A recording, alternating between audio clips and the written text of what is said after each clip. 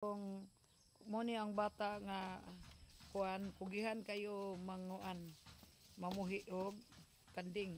Unsa ilahan na sa kanding nga buntis? Ha? Unsa man? Unsa? Unsa man?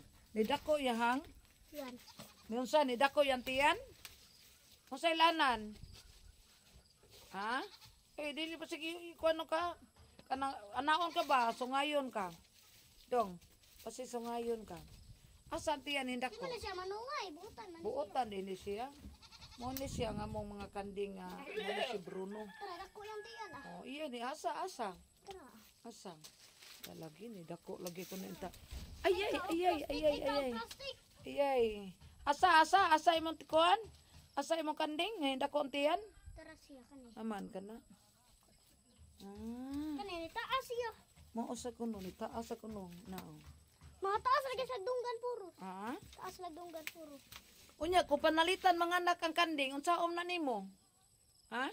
Yan gitilapan ah. Pabutan na siya kapinangga na niya. Muray ito niya yung anak. Ah. Dakuan. Tana, ato sa tanang. Dako kini siya. Ha? Dako kini siya. Oh, mapinanggaon ni kakanding kanang anong dako nga na itlog dong. Nga Ano laki ah? man. Oh, tana. Tara, dako ka siya itlog oh. Naglisod lagi siya dahil sa itlog, nawa. Nawa, oh, dako ka siya itlog oh. Ano man na itlog? Dako Gilahang. yan tiyan oh. Hala, kaluoy sa kanding. Dako ka siya itlog. Lah.